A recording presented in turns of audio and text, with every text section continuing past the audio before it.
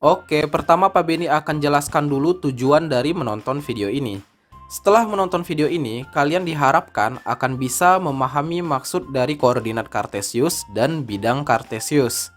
Lalu mengenal istilah-istilah yang terdapat pada bidang Kartesius.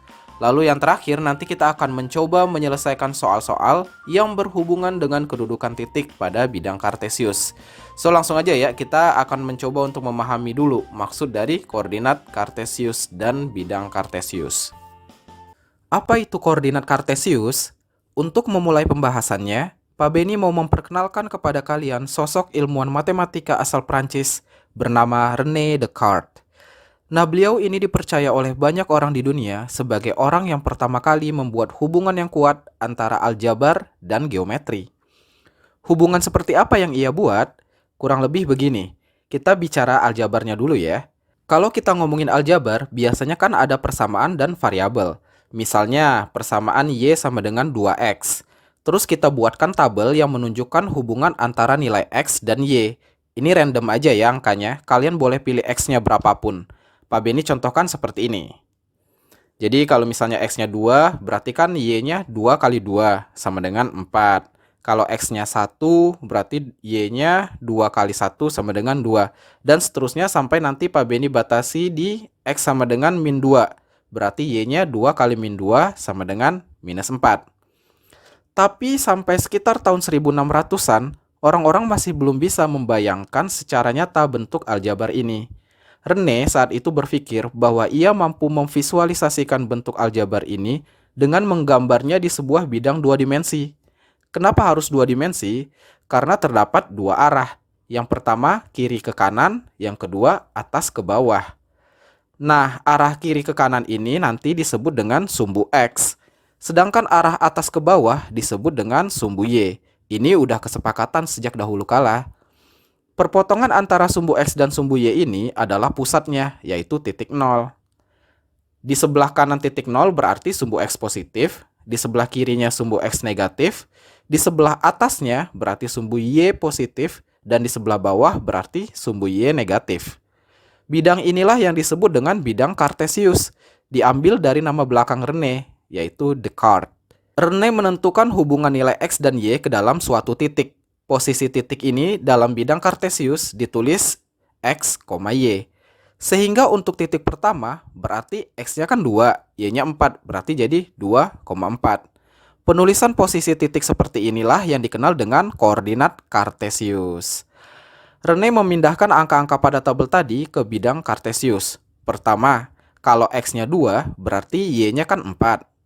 Lalu kalau X-nya 1 berarti Y-nya 2. Kalau X-nya 0, berarti Y-nya tetap 0. Lalu kalau X-nya minus 1, berarti Y-nya minus 2. Kalau X-nya minus 2, berarti Y-nya minus 4. Ternyata setelah titik-titik ini dihubungkan, terbentuk sebuah garis lurus. Setelah René Descartes menemukan hubungan ini, barulah orang-orang memahami bahwa bentuk aljabar ternyata bisa divisualisasikan secara geometris pada suatu bidang datar. Dan dengan penemuan ini pula, banyak hal dalam kehidupan bisa divisualisasikan seperti gelombang suara dalam fisika, atau grafik permintaan dan penawaran dalam ilmu ekonomi, dan juga banyak hal lainnya. Oleh karena itu, pada bab ini, Pak Beni akan menjelaskan konsep koordinat mulai dari yang paling dasar. So, stay tune aja ya. Nah, itu tadi sedikit pengenalan tentang koordinat dan bidang Kartesius. Bidang Kartesius itu kurang lebih kayak gini tadi kan. Jadi tempat menggambar ini disebut bidang Kartesius. Nah, Pak Beni akan membahasnya lebih dalam lagi dengan mengenalkan kepada kalian istilah-istilah yang terdapat pada bidang Kartesius ini. Istilah pertama yang perlu kita pahami yaitu sumbu X dan sumbu Y. Sumbu X ini adalah sumbu yang membentang secara horizontal, yaitu dari kiri ke kanan. Jadi warna merah ini berarti itu sumbu X nih yang mendatar ya. Lalu, sumbu yang membentang dari atas ke bawah atau secara vertikal, ini disebut dengan sumbu Y. Yang ini dari atas ke bawah berarti itu sumbu Y. Nah, perpotongan antara sumbu X dan sumbu Y berarti kan di sini. Nah, perpotongannya itu merupakan titik pusatnya, yaitu titik 0. Oke ya, bisa dipahami ya, perpotongannya berarti titik 0 atau titik pusatnya. Di sini kita bisa lihat juga Berarti dari titik 0 ke kanan nilai X-nya positif ya. Jadi kita udah sepakati di seluruh dunia juga. Jadi dari titik 0 ke kanan itu nilai X-nya positif. Sedangkan dari titik 0 ke kiri ini nilai X-nya negatif. Lalu dari titik 0 ke atas nilai Y-nya positif. Dan dari 0 ke bawah nilai Y-nya berarti negatif. Jadi kayak gitu aja. Pak Beni yakin kalian bisa memahami ini dengan mudah. Oke ya.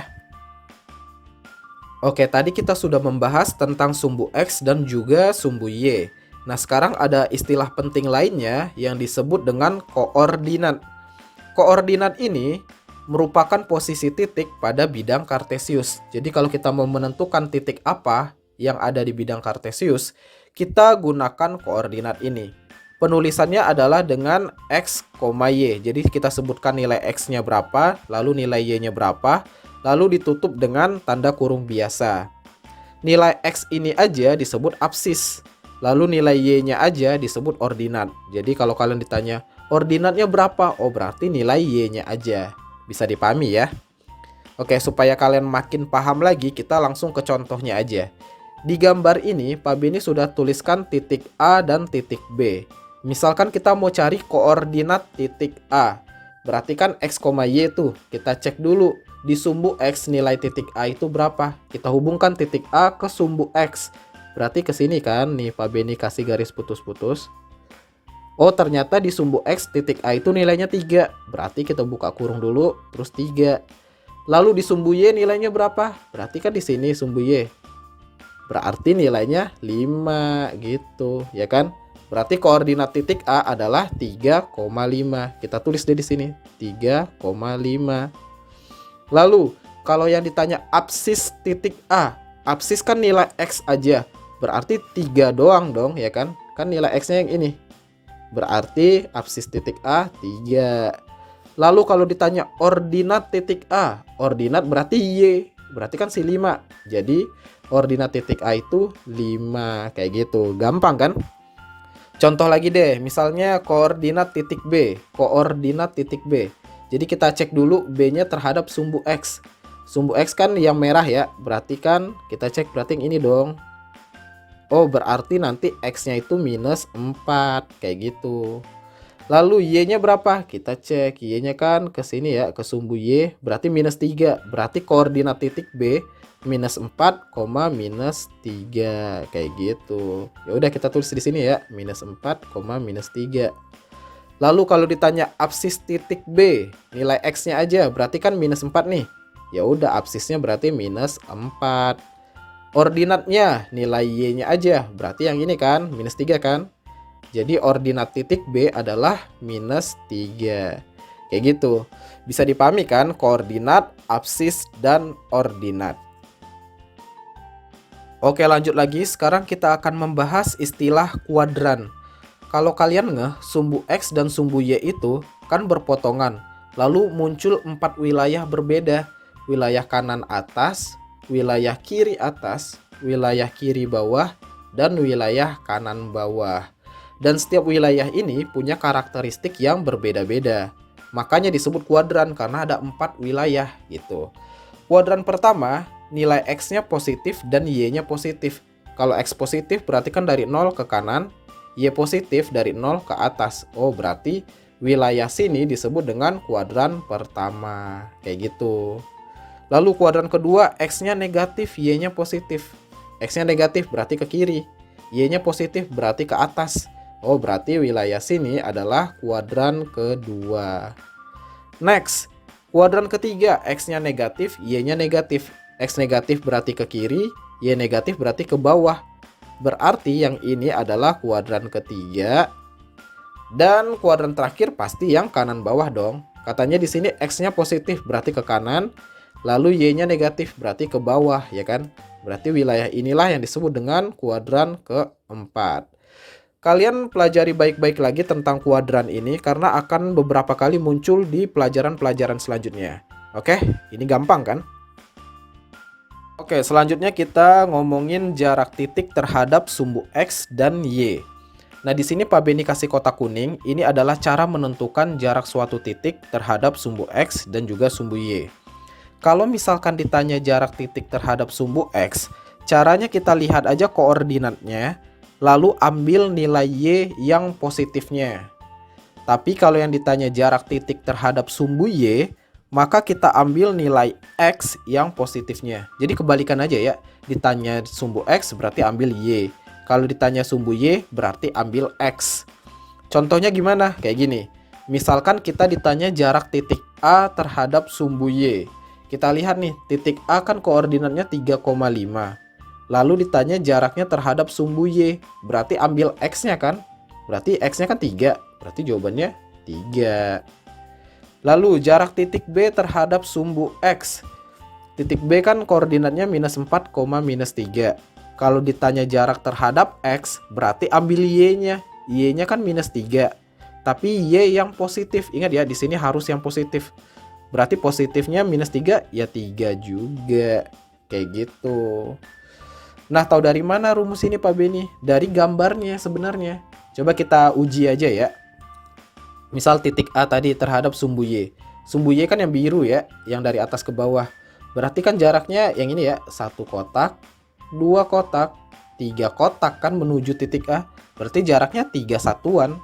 Berarti benar dong ini 3 satuan. Lalu kalau jarak titik B terhadap sumbu X, titik B yang bawah ini terhadap sumbu X berarti yang merah ya. Kita cek berapa satuan? 1, 2, 3. 3 satuan kan bener. Jadi rumus yang Pak Beni ini insya Allah dijamin benar. Nah, kenapa kita harus pakai rumus Pak? Kenapa nggak langsung hitung aja di gambarnya? Jadi kalau misalkan di soal gambarnya dikasih tahu, enak kita tinggal hitung aja ya jaraknya berapa satuan, berapa kotak. Tapi kan nggak seluruh soal ada gambarnya. Tapi kalau kalian memang mau menggambar dulu nggak masalah. Cuma biar lebih hemat waktu, ya mendingan pakai rumus yang Pak Beni kotak kuningin itu. Oke ya, bisa dipahami kan? Oke, kita sudah bahas semua istilah pada bidang Kartesius. Sekarang kita masuk ke contoh soalnya supaya kalian makin paham lagi. Soal pertama, absis dari titik K yaitu koordinatnya -3, -1 adalah berapa? Ini gampang ya, Pak Beni review lagi deh. Tadi kan kalau koordinat itu X, Y. Nah, X disebut absis, sedangkan Y disebut ordinat, ya kan? Masih ingat dong? Nah, karena yang ditanya absisnya, berarti nilai X-nya aja kan? Ya udah, berarti -3 dong. So, ini jawabannya adalah alfa. Lanjut lagi, perhatikan bidang Kartesius berikut. Koordinat titik H adalah berapa? Oke, ingat ya, koordinat itu kan selalu dimulai dengan X lalu Y.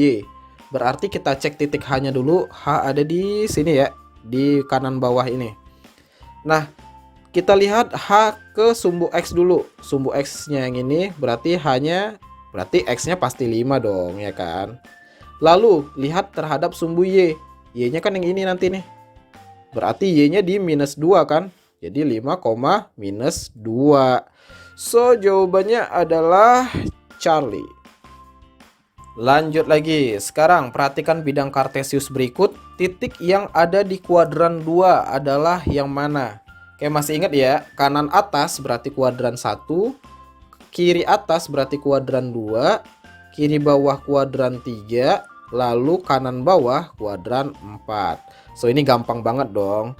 Kuadran 2 berarti titik C dan D. So, jawabannya adalah bravo. Lanjut lagi. Jarak titik M yaitu koordinatnya -2, -7. Dengan sumbu Y adalah berapa? Nah, ini kan nggak dikasih gambar. Makanya kita pakai rumus yang Pak Beni sebutin tadi. Ingat ya, kalau jarak terhadap Y berarti ambil X yang positif. Kalau jarak terhadap X, ambil Y positif. Sekarang kan soalnya jarak terhadap sumbu Y. Berarti ambil X yang positif. X-nya kan -2 nih. Berarti positifnya ya 2. So, jawabannya adalah alfa.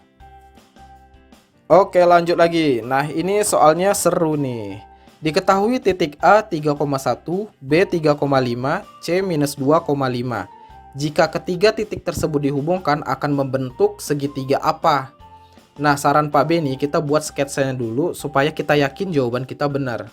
Pak, tapi kan gambar saya jelek. Sama, Pak Beni juga jelek. Nggak apa-apa, yang penting sketsanya aja. Karena apa? Karena kita belum tentu dikasih kertas kotak-kotak waktu kita ujian, ya kan? Makanya kita sketsa aja dulu. Pertama kita buat sumbu X dan sumbu Y-nya dulu. Misalkan ini sumbu X, ini sumbu Y kan. Nah, lalu supaya kita yakin benar, kita kodein dulu. Kan selalu yang pertama itu X, yang kedua Y. Ini X, ini Y, ini X, ini Y. Nah, X-nya itu nilainya 3, 3 minus 2. Berarti kita kira-kira aja. Kalau 3 berarti sebelah kanan 0 ya. Kan perpotongan titik 0 tuh. Berarti kira-kira 3 itu di sini. Lalu kalau X-nya minus 2, kira-kira di sini minus 2 nih. Next, Y-nya ada pilihannya 1, kira-kira di sini 1. Lalu 5, berarti di atas 5. Lalu Y-nya 5. Udah gitu aja ya. Nah, sekarang baru kita hubungkan titik-titiknya. Misalkan koordinat titik A 3,1. Berarti X-nya 3, Y-nya 1. Berarti di sini ya. Berarti ini titik A nih. Lalu titik B 3,5. X-nya 3, Y-nya 5. Berarti di sini. Berarti ini B nih. Lalu C-nya, X-nya minus 2, Y-nya 5. Berarti X-nya minus 2, Y-nya 5. Di sini dong ya kan. Ini berarti titik C. So, kalau digabung, berarti Pak Beni kasih warna ungu ya. Digabungkan berarti ini dong ya kan. Sorry, ini karena nggak lurus. Tapi kurang lebih kayak gini. Lalu dari C ke A bisa digabung. Set, jadi segitiga kan. Nah, tapi ini segitiga apa? Ingat loh, ini tadi kan lurus. Ini juga lurus. Berarti ini siku kan pasti kan? Ya kan? Berarti jawabannya untuk soal ini adalah C. Segitiga siku-siku. Kayak gitu ya. Semoga kalian bisa memahami ini. Kalian latihan-latihan lagi lebih banyak di rumah.